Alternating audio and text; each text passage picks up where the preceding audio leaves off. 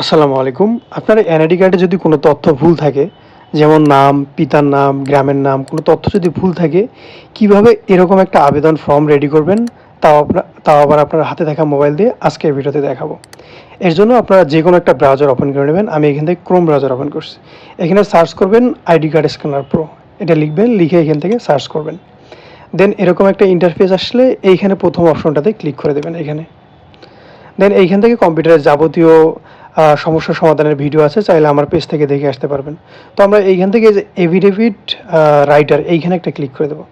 দেন এরকম একটা ফর্ম আসবে এভিডেভিট রাইটিং। এইখানেই মূলত আমরা আমাদের আবেদন ফর্মটা রেডি করবো। এইখান থেকে যে আমাদের এনআইডি কার্ডটার কোথায় ভুল আছে বা কী সংশোধন করতে হবে এইখানে কিন্তু উল্লেখ করা আছে। জাস্ট বাঁ দিকের এই ফর্ম অপশনগুলো পূরণ করলেই ডান দিকে কিন্তু এটা সুন্দরভাবে প্রপারভাবে সেট হয়ে থাকবে।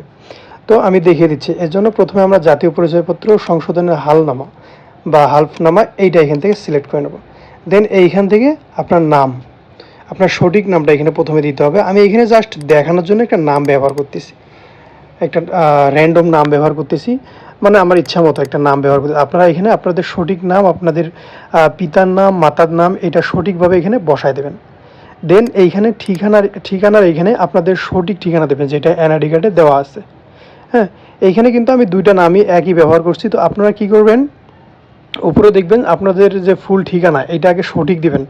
দেন নিচের ঘরে দেখবেন যে ভুল তথ্য যা আছে, অর্থাৎ এনআইডি কার্ডে ভুল কি আছে, আপনার নাম বা আপনার বাবার নাম যেটা ভুল আছে, যদি আপনার নাম ভুল থাকে, যেমন আপনার নাম ছিল সাকিব, এইখানে আসছে রাকিব, তাহলে এইখানে ভুল নামটা দিবেন, যে যেটা ভুল আছে ওইটা এখানে শো করবেন। দেন নিচে সঠিকটা দিবেন যেটা আপনাদের সঠিক নাম, যেমন আপনার নাম যদি রাকিব হয়ে থাকে তাহলে রাকিব এখানে দিয়ে দেবেন। আমি দেখানোর জন্য দুইটা নামই একই দিছি। তো আমাদের ফরম্যাটটা কিন্তু রেডি। এটা চাইলে আমাদের প্রিন্ট করার সময় কিন্তু ওপরে এই অংশটুকু আসবে না, এটা আমি বলে দিচ্ছি। এটা চাইলে আপনারা এইভাবে পেজ সেট আপ করেও নিতে পারবেন। তো এটা কিন্তু আপনারা এইভাবে এখান থেকে সেভ করলে পিডিএফে সেভ হয়ে যাবে, বা আপনারা পরবর্তীতে কম্পিউটার দোকান থেকেও কিন্তু এটা সেভ করে নিয়ে আপনার আবেদন ফর্মটা জমা দিতে পারবেন আপনার উপজেলা বা আপনার নিকটবর্তী কোনো অফিসে। এরকম সুন্দর সুন্দর ভিডিও পেতে অবশ্যই ভিডিওটি শেয়ার করে পেজটি ফলো করে সাথে থাকবে।